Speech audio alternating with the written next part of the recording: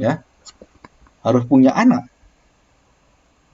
Nah, kita bersyukur ya. Kita bersyukur kenapa? Karena ya kita percaya bahwa semua yang ada di dalam diri kita itu ada batas-batasnya. Ya, ada batas-batasnya. Tetapi kalau kita melanggar satu kewajaran gitu ya, nah kita akan merasakan dampaknya. Jadi kalau kita bikin aturan seperti China, nggak boleh punya anak lebih dari satu. Nanti kalau beli satu masuk penjara, didenda. Wah, semua ketakutan kan.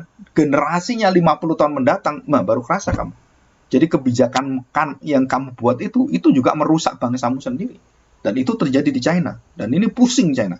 Ya, oke. Jadi dari Adam kita harus tahu. Jadi kita harus selalu berpikir Injil ini bukan hanya untuk orang Israel, tapi Tuhan sudah buka bagi segala bangsa. Nah, ini ayat yang penting. Lukas 16:16. Ya, ini saya temukan secara pribadi ini ya. Kalimat ini, perhatikan.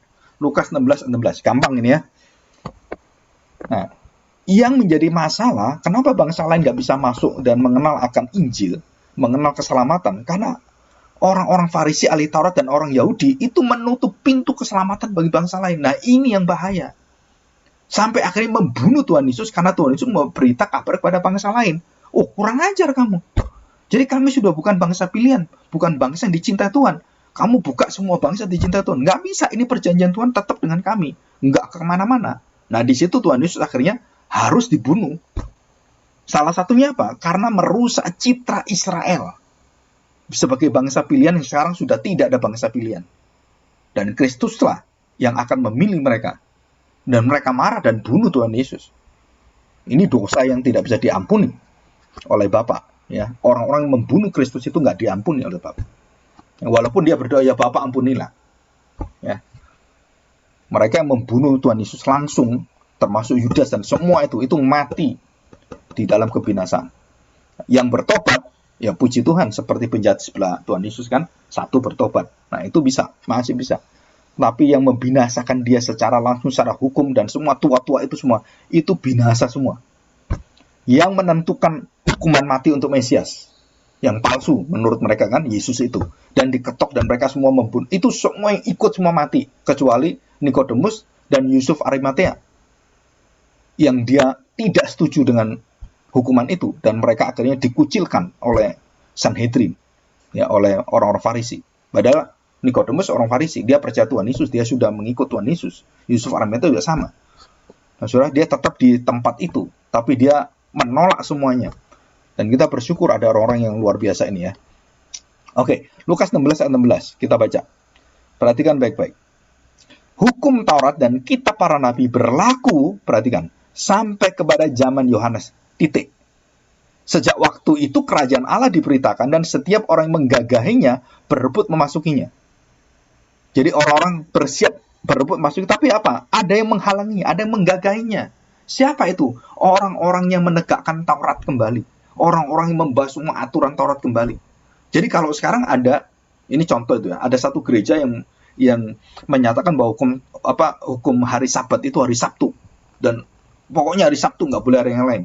Nah, di dalam Kolose, di dalam ayat ini jelas sekali, kamu sedang menggagahi orang-orang masuk dalam kerajaan Allah. Dengan apa? Dengan membuka kembali aturan-aturan perjanjian lama, terus kamu berlakuan kembali sunat. Kamu harus sunat, kamu harus taat hukum Taurat lagi, kamu harus berjuang untuk dirimu sendiri, kamu harus membawa kambing domba semua lagi, kamu harus datang pada imam kami, imam besar kami. Nah, itu semua adalah mematikan, menggagahi, membuntu, dan kemudian menolak orang-orang selain daripada orang-orang yang di dalam Yahudi ini.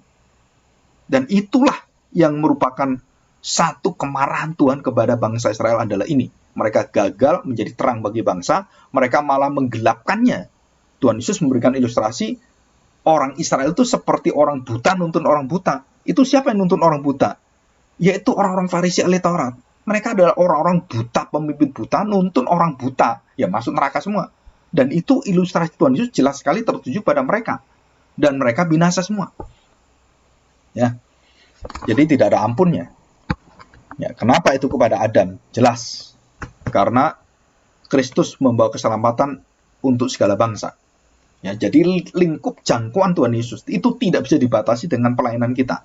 Saya berkali-kali ada misionaris yang mungkin dari luar negeri, dari manapun, Karena hati saya sudah mengenal hati Kristus, bagaimana misi Kristus, bagaimana berpusat pada Kristus dan semua teladan dia, dan hati yang seluas itu. Maka ada orang-orang yang hanya melayani maunya dia.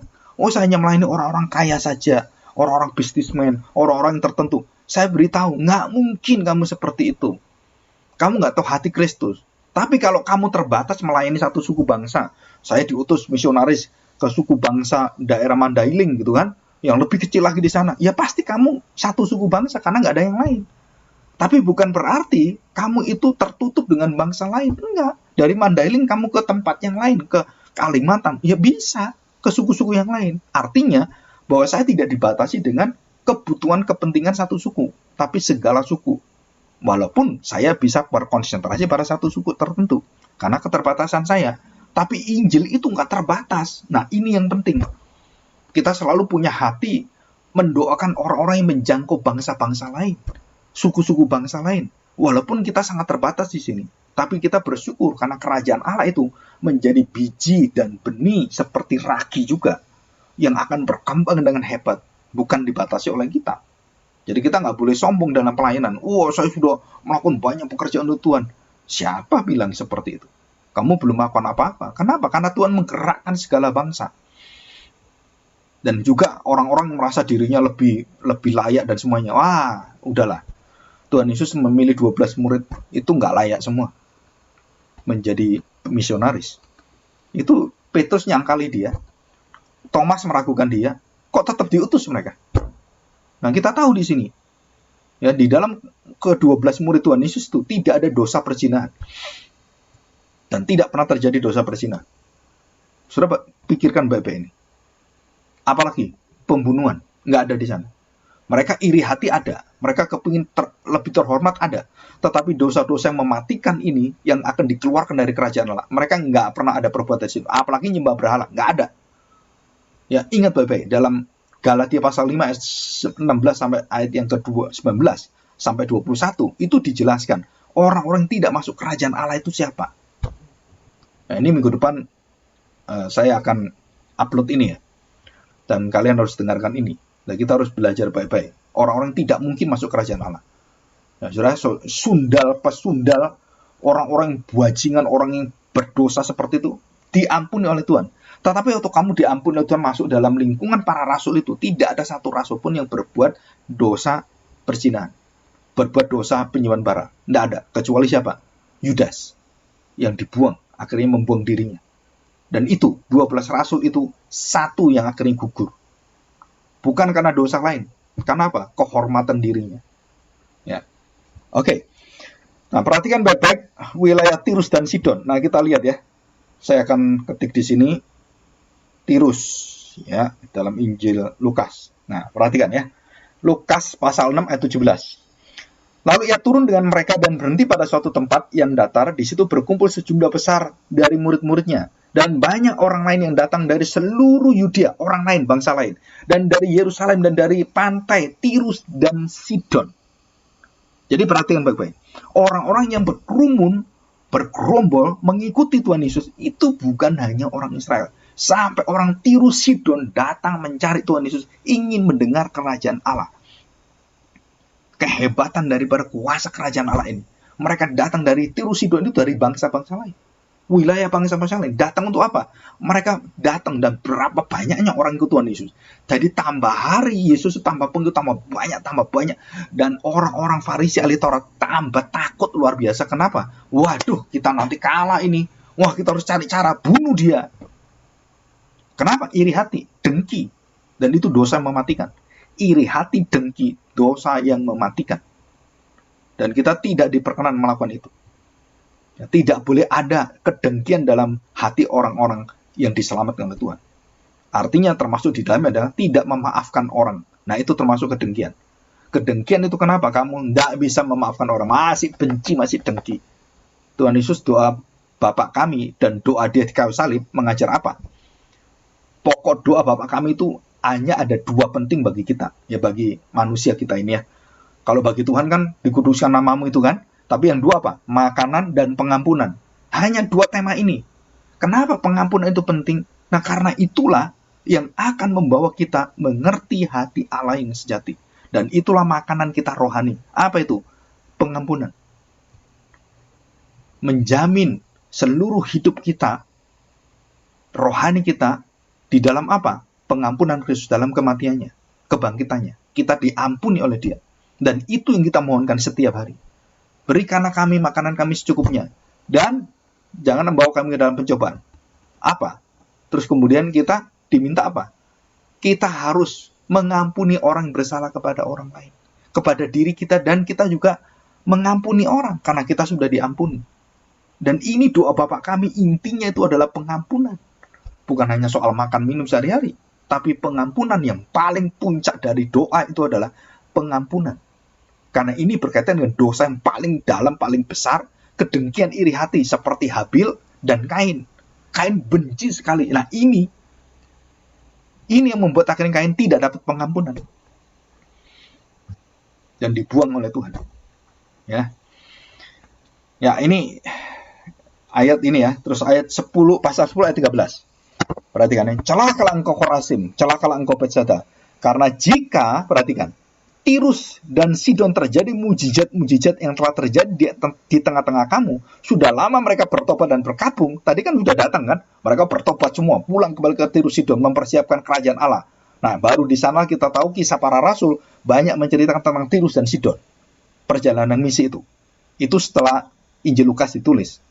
Ya, Lukas menulis kembali kisah para rasul tentang bagaimana gereja itu berkembang ke seluruh dunia. Jadi jelas sekali, Khorazim, Bethsaida, Yerusalem itu tidak akan mendapat bagian. Bahkan yang disebut oleh Tuhan, jika Tirus dan Sidon terjadi mujizat-mujizat. Luar biasa nih ya. Ayat 14, akan tetapi pada waktu penghakiman, tanggungan Tirus dan Sidon akan lebih ringan daripada tanggungan. Kenapa? Karena mereka bertobat. Dan kamu Israel tidak bertobat. Dan kamu dibuang oleh Tuhan. Kamu dibinasakan oleh Tuhan. Dan itu Yesus yang ngajar, bukan saya. Jadi jelas sekali. Jadi bukan hanya bangsa Israel. Tirus, Sidon, dan seluruh bangsa-bangsa. Datanglah berita penuh sukacita. Kamu bukan umat pilihan, sekarang dipilih oleh Tuhan. Kamu yang dulu bukan anaknya, sekarang dipilih jadi anaknya. Yang dulu tidak menyebut aku sebagai Allahmu, kamu akan menyebut aku sebagai Allahmu. Dan itulah perjanjian yang kekal. Perjanjian yang sudah dibuat oleh Tuhan kepada Adam dan Hawa. Bukan hanya kepada Abraham, tapi pada Adam dan Hawa. Dan melalui Abraham segala bangsa diberkati Tuhan. Jelas kan? Nah nanti ini jam kedua, yang siang nanti saya bahas tentang perjanjian Abraham yang sangat indah sekali dan sangat bagus sekali. Ya, oke, ini kita masuk ke lanjutnya ya. Nah sekarang kita lihat tema-tema besar yang lain, yang lebih ditulis banyak gitu ya. Nah perhatikan, saudara, di dalam Injil Lukas ada satu perkataan yang sangat unik sekali, bahwa Injil itu harus ada kuasa yang membukakan. Injil itu harus ada kuasa dari Roh Kudus yang akan menyingkapkan semua pengertian kita. Walaupun murid-murid rasul-rasul pun harus tetap disingkapkan. Loh Pak, saya sudah jadi Kristen. Iya, kamu harus tahu satu. Nah ini misi visi saya. Dan juga misi dari para rasul sama. Saya tiru dari mereka di Alkitab. Banyak orang Kristen, banyak orang ke gereja yang tidak berpusat kepada pengertian pengenalan akan Kristus. Dan itu kegagalan gereja sepanjang zaman. Dan saya selalu membawa semua pengajaran yang ada, kita kembalikan kepada sumber sang pengajar, sumber kebenaran, sumber kehidupan, itu Kristus. Jadi kalau saya mengajar berkhotbah, saya bawa orang-orang bukan mengagumi saya, tapi saya bawa orang-orang untuk bertobat di hadapan Kristus. Saya hadirkan bagaimana maha kudusnya Kristus, bagaimana keadilannya, bagaimana kebenarannya, bagaimana sikapnya, dan kita harus bertobat, karena Injil Kerajaan adalah bertobatlah. Dan setelah itu apa? Kamu menikmati kehidupan yang berlimpah-limpah di dalam Dia. Dan itu dijanjikan setelah apa? Setelah pertobatan. Tanpa pertobatan tidak ada hidup berkelimpahan. Sekali lagi, tanpa pertobatan tidak ada hidup dalam kelimpahan dan berbuah limpah-limpah. Nggak ada. Jadi kita harus tahu ini. Jadi jelas sekali ada kuasa yang akan membukakan pada kita. Dan itu ditulis oleh Injil Lukas. Dan Injil yang nggak tulis ini. dibukalah hatinya, dibukalah pengertiannya. Padahal mereka sudah rasul. Loh, kok masih dibuka pengertiannya? Loh, saya ini sudah pendeta. Kenapa Pak aku harus bertobat lagi untuk membuka pikiran yang Christ center ini, Kristus sebagai pusat? Ya karena itulah berita yang menyelamatkan kamu. Kalau kamu nggak dibuka ini, kamu nggak akan selamat. Walaupun kamu jadi orang Kristen, kamu nggak akan selamat. Kalau kamu tidak meletakkan iman pada Kristus satu-satunya juru selamatmu, dan hidupmu kamu persembahkan pada Dia, segala sesuatu kamu lakukan untuk Dia, maka kamu tidak layak masuk kerajaan Allah. Dan itu janji daripada perkataan Tuhan Yesus. Kamu lebih cinta anakmu, lebih cinta istrimu, lebih cinta suamimu, lebih cinta papa mamamu, lebih cinta kerjaanmu, lebih cinta uangmu, lebih cinta harta benda, lebih cinta pacarmu, maka kamu tidak layak masuk kerajaan Allah. Kamu masuk kebinasaan. Dan itu diucapkan Tuhan Yesus sendiri dalam Lukas 18. Siapakah ibuku, siapakah bapakku? Ibu dan bapakku adalah mereka melakukan kehendak Bapa. Bukan hanya mendengarkan, tapi melakukan kehendak Bapa. Dan itu ibu bapakku. Luar biasa Tuhan Yesus. Jadi kerajaan Israel itu bukan hanya Israel. Keluarga Israel bukan hanya Israel. Kerajaan Allah bukan hanya secara jasmani disunat dan keturunan daging Abraham, bukan. Tapi mereka melakukan kehendak Bapa. Dan itulah makro system, makro family, makro satu kekuatan, makro etnis system yang dibuka untuk segala bangsa. Maka semua bangsa akan menyebut Allah Bapakku. Dan siapa yang mengajar itu? Injil Lukas. Ini luar biasa sekali. Membuka rahasia kerajaan Allah. Ya, coba kita lihat ya. Lukas pasal 1 ayat yang 47. Ya. Lukas pasal 1 ayat 47. Jiwaku memuliakan Tuhan dan hatiku bergembira karena Allah, juru selamatku. Nah, itu menuju pada Mesias, Raja, Sang Mesias. Ya, membuka satu kekuatan yang luar biasa, pujian Maria. Hatiku memuliakan, jiwaku terbuka memuliakan Tuhan. Jadi Maria dibuka pikirannya, akhirnya dia kagum dengan siapa Yesus ini. Yang ada dalam kandungannya itu. Dia memuji-muji Yesus dalam kandungannya. Mamanya muji-muji anaknya, yaitu Tuhannya, yang belum keluar dari perutnya itu loh. Itu dipuji seperti ini. Luar biasa ini. Karena yang Maha Kuasa telah melakukan perbuatan-perbuatan besar padaku, namanya adalah kudus. Rahmanya turun-temurun atas orang takut akan Dia. Ia memperlihatkan kuasa dan perbuatan tangannya dan mencerai-beraikan orang-orang yang congkak hatinya. Ia menurunkan orang berkuasa dari tahtanya dan meninggikan orang-orang yang rendah. Ia melimpahkan segala yang baik kepada orang yang lapar dan menyuruh orang kaya pergi dengan tangan hampa. Ia menolong Israel hambanya karena ia mengingat rahmatnya seperti yang dijanjikannya pada nenek moyang kita, kepada Abraham dan keturunannya untuk selama-lamanya. Saudara, siapa yang dia puji-puji? Bayi. Dia berdoa pada bayinya. Dia memuji pada bayinya. Kebesaran dari Allah yang menjadi manusia ini. Jadi Magnificat, pujian doa daripada Maria, itu magnify itu apa ya? Bukan arti memuliakan, cuman arti secara umum gitu ya. Membesarkan. Nah, itu magnify, tahu ya? Magnifying itu kaca pembesar, tahu nggak ya? Yang kecil digini, wah jadi gede gitu kan. Sekecil apapun kaca pembesarnya itu semakin diperbesar, yang kecil pun bisa jadi kelihatan luar biasa agungnya.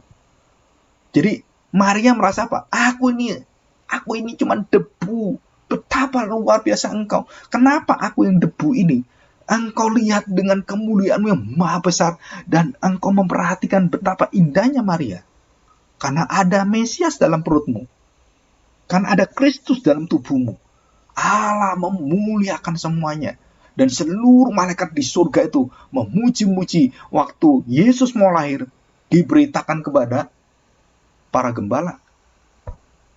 Dan memuji-muji bayi Yesus itu. Ini luar biasa kan. Dan itu harus dibuka pikirannya. Ya. Oke, saya coba yang lebih langsung ya, to the point, jadi tidak diproses. Nanti kelamaan. Kita buka di dalam Lukas pasal yang ke-22 ya, Lukas 22. Lukas 22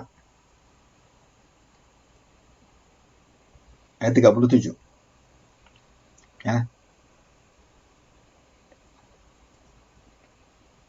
Lukas 22 ayat 37, nanti 24 ayat 27. Saya baca semua ya.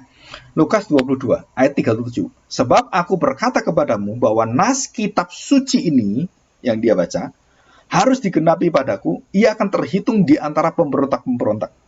Sebab apa yang tertulis tentang aku sedang digenapi. Jadi Tuhan Yesus menggenapi satu-satu. Kata mereka, Tuhan, ini ada 2 pedang. Jawabnya, sudah cukup.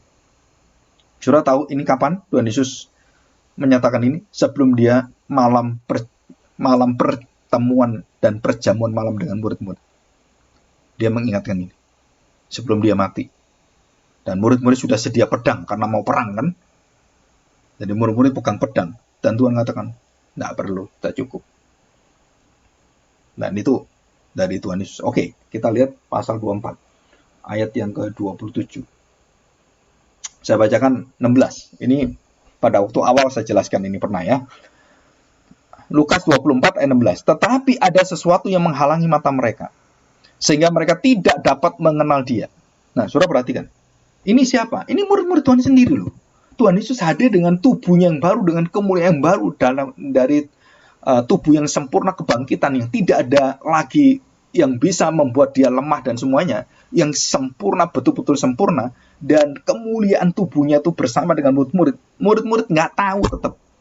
Kenapa? Buntu pikirannya. Apa yang membuntu mereka? Kesalahan konsep Mesias, kesalahan tentang Yesus yang salah dipikir oleh mereka, yang Yesus yang menurut pikiran mereka, menurut aleli Taurat orang Farisi, orang-orang Yahudi. Jadi murid-murid semua masih keracunan, masih tertutup dengan apa? Dengan seluruh berpikirnya Yahudi yang salah tentang Mesias. Mesias tidak akan mati, ini mati. Mesias akan menang, nggak pernah kalah, ini kalah. Jadi itu nutupi semua dia. Waktu Yesus hadir, nggak lihat ya. Jadi ada sesuatu yang menghalangi mata mereka sehingga mereka tidak dapat mengenal dia. Oke ya. Nah, kemudian kita lihat di sini. Ayat yang ke-25. Lalu ia berkata pada mereka, hai kamu orang bodoh, betapa lambannya hatimu sehingga kamu tidak percaya segala sesuatu yang telah dikatakan para nabi. Nabi itu sudah ngomong semuanya. Kok kamu nggak ngerti-ngerti? Waduh, udah jelas. Ya karena mereka diragi oleh Farisi itu, dirusak. Bukankah Mesias harus menderita semuanya itu untuk masuk ke dalam kemuliaannya? Bukankah dia harus mati dan dia harus menunjukkan kemuliaannya? Dia harus bangkit. Kan Tuhan Yesus sudah jelaskan berkali-kali kepada murid-muridnya. 27, Lukas 24 ayat 27. Lalu ia menjelaskan kepada mereka apa yang tertulis tentang dia dalam seluruh kitab suci, mulai dari kitab-kitab Musa dan segala kitab nabi-nabi. Mereka mendekati kampung yang mereka tuju, lalu ia berbuat seolah-olah hendak meneruskan perjalanannya. Tetapi mereka sangat mendesaknya, karena ada sesuatu yang mereka ingin mendengarkan dari tanda petik. Siapa orang ini? Yaitu Kristus Yesus Tuhan kita. Tinggallah bersama dengan kami, sebab hari telah menjelang malam dan matahari hampir terbenam. Lalu masuklah Tuhan Yesus untuk tinggal bersama-sama dengan mereka. Waktu ia duduk makan dengan mereka, ia mengambil roti, mengucap berkat, lalu memecah-mecahkannya. Dan ini melambangkan perjamuan akhir. Dan memberikannya pada mereka. Nah, pada saat itulah mereka kemudian teringat apa yang dikatakan oleh Tuhan Yesus semuanya. Maka terbukalah mata mereka dan mereka pun mengenal dia, tetapi ia lenyap dari tengah-tengah mereka. Hilang. Tuhan Yesus hilang. Bukan terhilang selamanya, tapi kemuliaannya itu membawa ke tempat lain. Kemana? Tempat murid-muridnya. Jadi Kleopas dengan temannya tahu, guru, ini guru kita. Begitu mereka sadar terbuka dengan perjamuan kudus itu, waktu dibagikan harus mati dan 3 hari akan bangkit. Dia ingat semua. Begitu mereka tahu Tuhan Yesusnya nggak ada. Dan apakah mereka kemudian, Tuhan nggak ada? Bukan. Mereka kemudian terjadi satu sukacita yang besar dalam hati mereka, berkobar-kobar. Dan mereka belum makan, mereka sudah balik lagi ke Yerusalem. Menyaksikan tentang Kristus ini. Luar biasa sekali. Oke, kita lihat ini ya. Ayat yang ke-44. Nah, saya baca 41 ya, supaya kita tahu sedikit. Dan ketika mereka belum percaya karena girangnya dan masih heran, berkatalah ia pada mereka, adakah padamu makanan di sini? Dan mereka memberikan kepadanya, Tuhan Yesus, sepotong ikan goreng. Ia mengambilnya dan memakannya di depan mata mereka. Jadi Tuhan Yesus bisa makan ya. Kita nanti dengan tubuh yang baru itu, di surga, itu bisa makan. Bisa makan seperti Tuhan Yesus tubuhnya. Tapi di sana nggak perlu makan juga nggak apa-apa gitu. Bisa makan bisa, nggak makan juga nggak apa-apa. Bagaimana? Nggak tahu. Nanti kita ketemu dalam surga baru tahu. Kita mau ngomong gitu ya. Bagaimana Tuhan Yesus kok bisa seperti itu? Nah, perhatikan. Ia mengambilnya dan memakannya di depan mata mereka. 44. Lukas 24:44. Inilah perkataanku yang telah kukatakan kepadamu ketika aku masih bersama-sama dengan kamu, yakni bahwa harus digenapi semua yang ada tertulis tentang aku di dalam Taurat, kitab Taurat Musa, dan kitab Nabi-Nabi, dan kitab Mazmur Daud. Mazmur. Apa yang terjadi? 45. Lalu ia membuka pikiran mereka, sehingga mereka mengerti kitab suci. Nah, inilah misi yang kedua.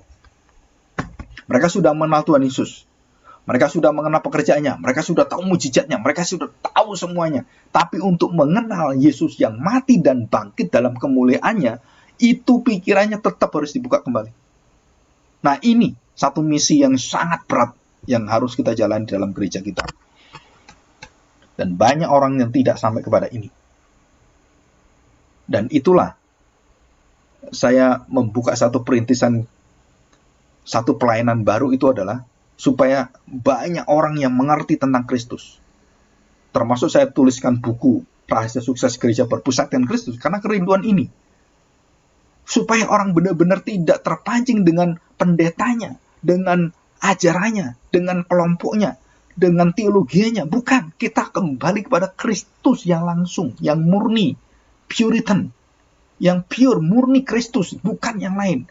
Dan kita harus ketemu dengan Kristus. Dan setiap kali saya berkhotbah, saya mengajar, saya melakukan apapun, itu orang akan melihat Kristus di dalam ucapan saya, dalam diri saya, dalam pikiran saya, dalam perkataan saya, dalam perbuatan saya, bahkan perasaan saya pun itu menyatakan perasaan Kristus.